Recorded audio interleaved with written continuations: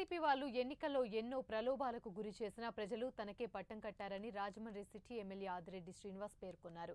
తన గెలుపు ప్రజా విజయమన్నారు. నగరాభివృద్ధికి తాము ప్రకటించిన మేనిఫెస్టోకు కట్టుబడి ఉంటామని స్పష్టం చేశారు. 70,000 మెజార్టీ రావడం అన్నది చిన్న విషయం కాదు. ఇది ఏ ఆదిరెడ్డి వాసు ఆదిరెడ్డి అప్పారావు గారు ఘనత కాదు.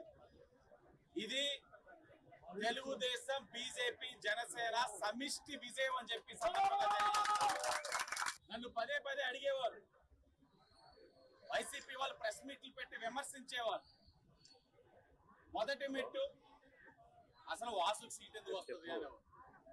సరే, లోకేష్ గారు ఏదో అభిమానం నా మీద, పాపం చిన్నపిల్లడు ఎప్పుడో నాతో తిరుగుతున్నాడు అని చెప్పి ఇచ్చారు అనుకుందాం. రెండో మెట్టు నెక్కుతాడేటి, ఇక్కడ తొడలు కొట్టేవాడు ఉన్నాడు మా భరతరాము అని చెప్పేవాడు. సరే, ఇప్పుడు 70,000 మెజార్టీ వచ్చింది. ఏం మాట్లాడతారు? పేటిఎం కుక్కలు ఏం మాట్లాడతారు?